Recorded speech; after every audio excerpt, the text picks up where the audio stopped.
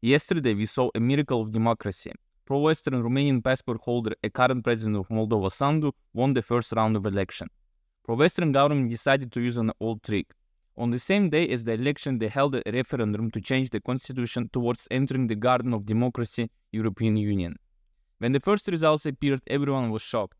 While everyone was expecting to see in the referendum something like 80% for entering the EU and 20% for not entering, first results showed 47% for entering and 53% against it. The longer the calculation results, the better the difference for pro-Western power showing. Sandu appeared at night in a very bad mood and hysterically started complaining about Russian influence. The Guardian of Democracy, the EU, also attacked Russia and blamed it for influencing the election. Even though the EU's representatives in the past months were coming to Moldova and encouraging people to vote for entering the EU. Don't get confused. The EU can influence other countries because it's for democracy, but Russia cannot because it's bad.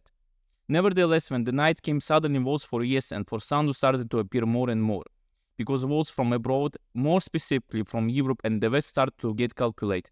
In the morning, yes for the EU won with only 12,000 votes. You can say it's a normal procedure when votes from abroad appear later, but even in this situation you can see manipulation. In Russia, where approximately 300,000 Moldovan people live, Sandu opened only 2 polling stations. Later on, she even blamed Russia for buying people to show up at the election, though she simply put only 2 polling stations. But in the Garden of Democracy, where approximately twice as many people live, there are approximately 600,000 Moldovans, Sandu opened more than 100 polling stations. This is stated in the resolution published by the press service of the Central Election Commission. According to the document, the largest number of polling stations were opened in Italy, 60, in Germany, 26, in France, 20, in Great Britain, 17, in the USA and Romania, 16 each, in Spain, 11, in Ireland, 10, in other countries from 1 to 6. In addition, Moldovan voters in Norway, Iceland, the USA, Finland, and Sweden were able to vote by email. Just incredible.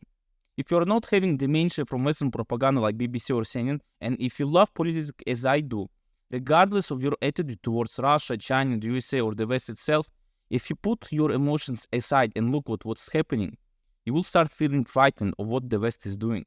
Such open hypocrisy is out of control.